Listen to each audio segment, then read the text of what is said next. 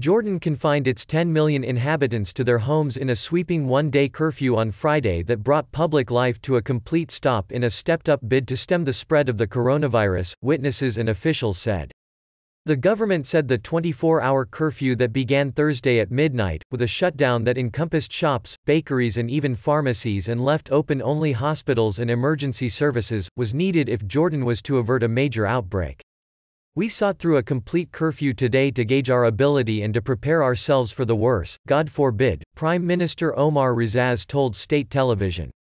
The pandemic, if it spreads, will be difficult to control and we have to prepare for a period that is not short, Rizaz added, saying it would take Jordan a while to recover from the damaging impact of the crisis on its debt-laden economy. The kingdom has seen a spike of coronavirus cases since announcing the first early last month, and now has a total of 310 with 5 deaths. The government announced a curfew 2 weeks ago after the monarch enacted an emergency law that gave Rizaz sweeping powers that restrict civil and political rights. Tens of thousands of army troops and police have been deployed across the country.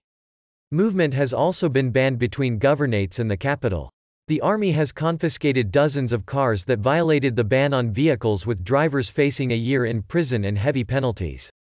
The army also sealed the country's second-largest city of Irbid near the Syrian border last week, placing 2 million inhabitants in a tight lockdown. It cordoned off several villages around the city after discovering many coronavirus cases caused by the spread during a mass wedding. Even government ministers on Friday were confined to their homes, and police detained 2 deputies who broke the curfew in the toughest moves so far to restrict people's movements. 22 Muslim worshippers who went to pray in a mosque in the working-class district of Rusaifa near Amman, the capital, were arrested for violating a strict ban on public prayers in mosques, security sources said.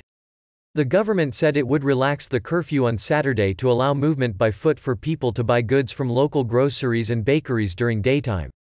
The ban on vehicles and the night curfew will remain in place until further notice.